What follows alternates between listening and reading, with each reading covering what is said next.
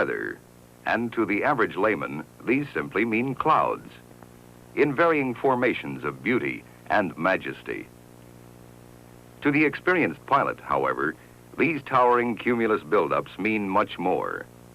Flight through any of these clouds could mean severe turbulence and heavy icing, exposing his important cargo to possible disaster. This, too, is a beautiful sight when you're on top. You know these are true rain clouds, and below, visibility and ceiling are probably very poor. Your future safety depends a great deal on your ability to understand the weather, particularly the hazards it can produce. Intelligent use of the surface weather map will enable you to recognize and visualize many of these hazards. Almost all weather is caused by the movement of massive bodies of air, commonly referred to as air masses. An air mass is a large body of air having relatively the same horizontal moisture content and temperature distribution. It can be cold or warm, and it can be moist or dry, depending on its source region. The two major source regions of air masses that affect flying over our continent are the polar and the tropical areas. Often the question arises as to why air masses move. Let's consider the Earth as a smooth sphere, with heating occurring at the equator and cooling occurring at the poles. The warm air at the equator and the cold air at the poles will tend to move so that equilibrium will be reached between them. The cold air moves southward and the warm air moves northward, resulting in a regular pattern of waves in the middle latitudes. But the Earth's surface is not a smooth sphere.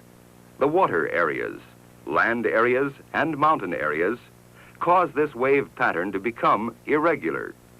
Lateral mixing continues as cold air moves southward and warm air moves northward, producing the movement of air masses within the atmosphere.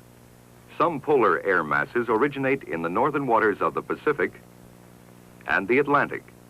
In both cases, they are cold and moist because of their origin over water at these high latitudes. On the other hand, polar air moving down from Canada would be cold and dry. Dry because of its origin over land. Tropical air masses originate in the Gulf of Mexico and the Atlantic Ocean at the same latitude and flow into the United States. Under normal conditions, the South Pacific source region is of little importance as far as air mass weather in the United States is concerned, since the circulation around the Pacific High draws this air away from the continent. The greatest influence on air mass weather is the terrain over which the air mass is passing. Consider a polar air mass moving southward during the day. Such air moving over the warmer surface becomes unstable. Unstable because vertical currents will develop as a result of the cold air being heated from below. To be sure you understand this theory, let's make an analogy. Place a container of cold water over a flame and allow it to heat. As the heating process continues, you can actually see the vertical currents develop and become very lively. This is much the same thing that happens in an air mass when it is heated from below. The vertical currents that do develop cause the air to be rough and turbulent. This poses a problem to low-performance aircraft. But for high-performance aircraft at cruising altitude, little or no turbulence is apparent. Of course, turbulence and all types of rough weather must be considered if you plan a penetration into a situation such as this. Now, let's take a look at a moist air mass as it moves over the warmer land. Again, vertical currents develop as the air is heated from below, but because of the moisture contained in the air mass, the vertical currents cause cumulus clouds to develop as the air rises and cools adiabatically. In the initial stages, The updrafts and downdrafts associated with these vertical currents cause the cumulus clouds to form in scattered or broken layers with open areas in between. The base of these clouds will generally be several thousand feet above the surface. Flying on top will be smooth, but flying through, around, or below these clouds can be rough and turbulent.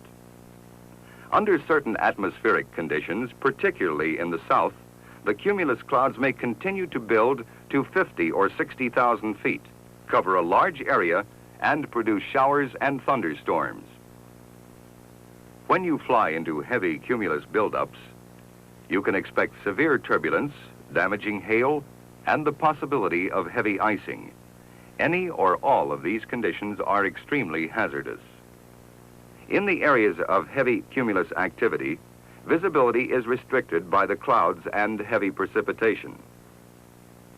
However, in areas where the cumulus buildup is not so heavy, the vertical currents cause the distribution of impurities, such as haze, dust, and smoke, throughout a very thick layer. Thus, visibility is generally good in this situation. The vertical currents also prevent fog from forming. The types of precipitation which occur in an unstable air mass are rain showers or snow showers, which are frequently heavy. The poor visibility and low ceilings produced by these showers are generally temporary. Often, if you have enough fuel and plan carefully, you may be able to make a VFR penetration after the showers have passed the field. Now let's see what happens to a similar air mass that has originated in the Gulf during the winter season. The land area being relatively cooler than the air mass will produce cooling from below. No vertical currents will develop, and the air mass will be stable. Low stratus clouds and fog will generally form. Remember the container when the cold water was heated? The vertical currents that were set up became very lively as the heating process continued. Now, we'll transfer the container onto a piece of ice. This cooling immediately slows down the vertical development in the water, and eventually all activity stops. The water becomes calm. This again parallels what happens in an air mass. In this case, the cooling from below has caused the air to become stable with little or no vertical currents to consider. Flight through such air will be almost free of turbulence. The clouds that form will be in decks and sheets. They have smooth, flat tops and bases and may cover great areas. The bases of these clouds will generally be low. Impurities such as smoke, dust, and haze will be concentrated in the lower layers, and you can expect fog in this stable condition. As a result, you can expect poor visibility, particularly at low altitudes. The types of precipitation usually associated with stable air are light rain, snow, or drizzle that may be either continuous or intermittent. You have seen how heating and cooling from below can affect the weather in an air mass. However, there are other things to consider. For example, let's observe this air mass from the Pacific as it moves over the mountains along the west coast. The rapid lifting of the air by the mountains causes the air to become unstable. Vertical currents develop, causing turbulence and rough flying conditions.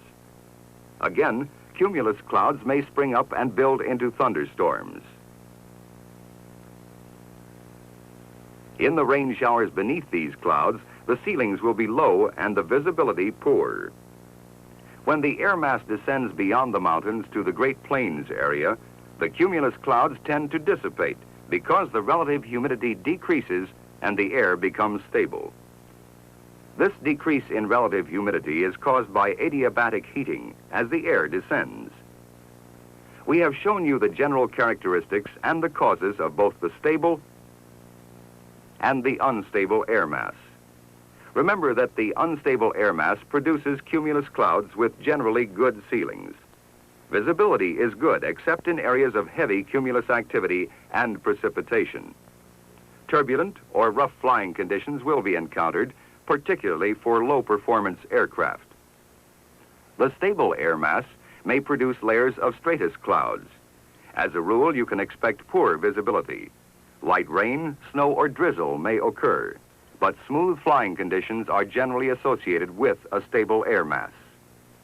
When you get a briefing from the weatherman, he will speak to you in terms of the situation shown on the surface weather map. To follow the briefing, you must understand and be able to apply principles of air mass weather, principles that are valid anywhere in the world.